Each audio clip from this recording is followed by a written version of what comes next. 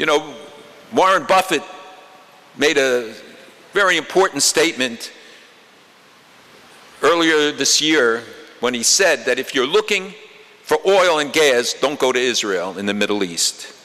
But if you're looking for integrity, creativity, for honesty, and dynamic culture, it's your only stop. He was wrong, because Israel now has oil and gas too, God willing. I still believe they're old Chulent deposits, but I don't know. We'll see what the scientists have to say. Do you know the Palmer report that the United Nations put out a few weeks ago on the Turk investigation of the flotilla incidents, and where they came down and said that Israel's blockade is justified under international law, that what Israel did, maybe it used a little too much force, but essentially criticized Turkey for its behavior and its actions? Who can remember when the United Nations ever issued a report that supported Israel? Yet we have it now. The Palmer report came down squarely on Israel's side. You saw this year the attempts to organize a flotilla from 15 countries. Somehow the ships in the ports of France and the Ukraine and Belgium and Greece all had mechanical problems.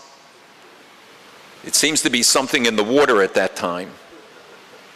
And the government of Greece, which deserves a lot of credit for its courageous actions to stop the ships from going, that finally came to the port of Athens.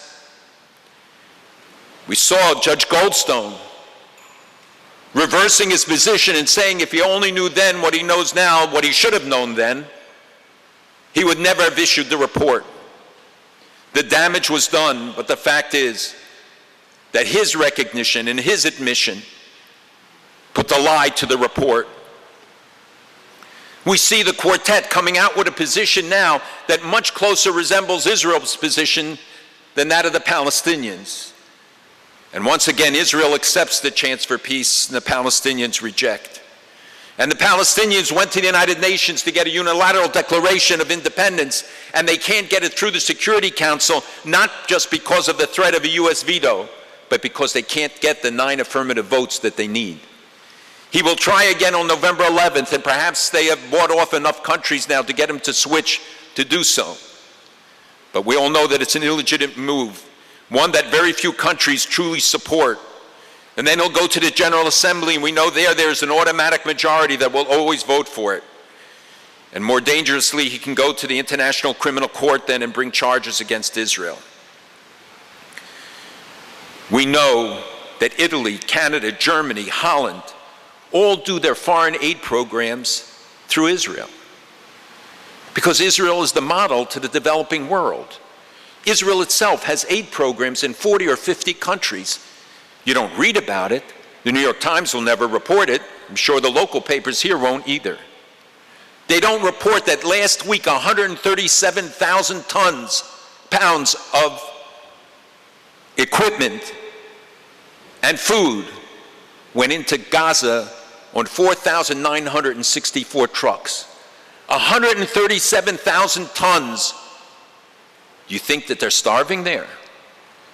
You think there's hunger there? Even the United Nations acknowledges that there isn't. But you won't see reports on that on the paper.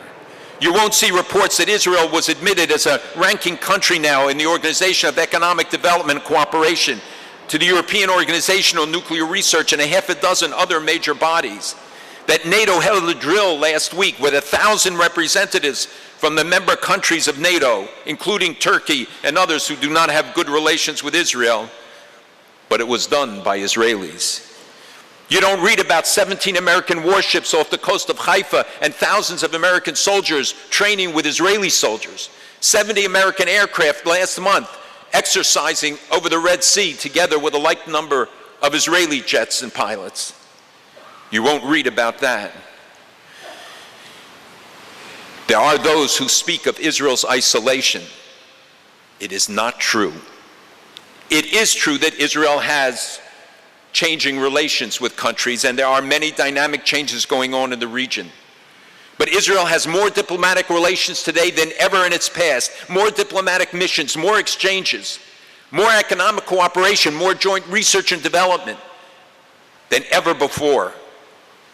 And I will tell you that the Arab leaders I meet, and I meet many, all of them today talk about Israel in a very different way.